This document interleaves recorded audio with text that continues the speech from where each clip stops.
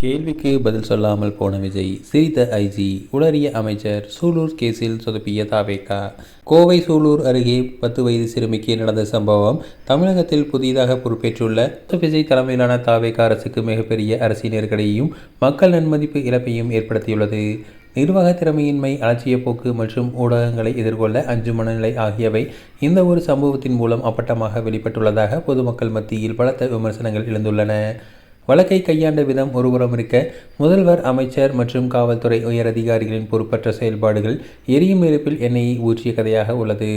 திமுக ஆட்சிக் காலத்தில் சட்டம் ஒழுங்கு சீர்குலைந்துவிட்டதாக கூறி மேடைக்கு மேடை ஆக்ரோஷமாக பேசி ஆட்சிக்கு வந்தவர் முதல்வர் விஜய்.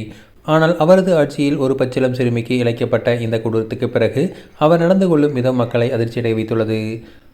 இன்று அரசு நிகழ்ச்சி ஒன்றில் பங்கேற்றுவிட்டு வெளியே வந்த முதல்வர் விஜயிடம் சூலூர் சிறுமி குறித்து வழக்கு மற்றும் மாநிலத்தின் சட்டம் ஒழுங்கு நிலை குறித்து செய்தியாளர்கள் கேள்வி எழுப்பினர்.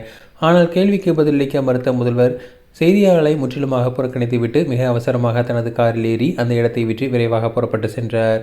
பிரச்சனைகளை எதிர்கொள்ள தைரியம் இல்லாமல் முதல்வர் ஓடுகிறார் என்று இந்த வீடியோ சமூக வலைதளங்களில் வெளியாகி பலத்த கண்டனங்களை பெற்று வருகிறது.